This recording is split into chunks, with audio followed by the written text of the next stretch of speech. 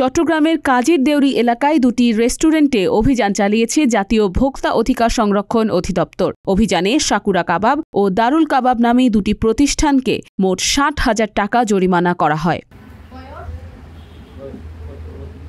জাতীয় ভোক্তা অধিকারের সহকারী পরিচালক আনিসুর রহমান জানান, সাকুরা কাবাবে অস্বাস্থ্যকর পরিবেশে খাবার প্রস্তুত, বাসি খাবার পরিবেশন এবং বোরহানি সহ বিভিন্ন তরল খাদ্যে উৎপাদন ও মেয়াদোত্তীর্ণ তারিখ না থাকা এমন গুরুতর অনিয়ম পাওয়া গেছে। এজন্য প্রতিষ্ঠানটিকে ৫০,০০০ টাকা জরিমানা করা হয়। এছাড়া দারুল কাবাবেও অস্বাস্থ্যকর পরিবেশে খাবার তৈরি সহ বিভিন্ন অসঙ্গতি ধরা পড়ে। এসব অপরাধে প্রতিষ্ঠানটিকে ১০,০০০ টাকা জরিমানা করা হয়।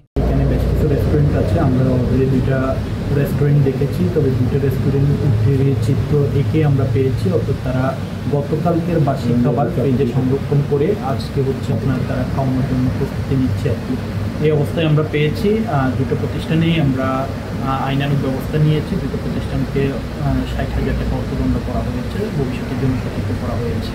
কি অবস্থায় দেখছেন খাবার টাবারগুলো? মানে এটা আসলে দুঃখজনক।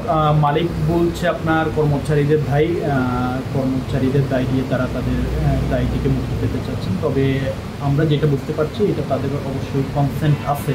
তারা যদি এগুলা নিয়মিত মনিটরিং করে তাহলে এই ধরনের বাসি খাবার রেখে পরবর্তী দিন খাওয়ানোর জন্য প্রস্তুত করতে কোনোভাবেই কর্মচারীরা পারেন না আর কি।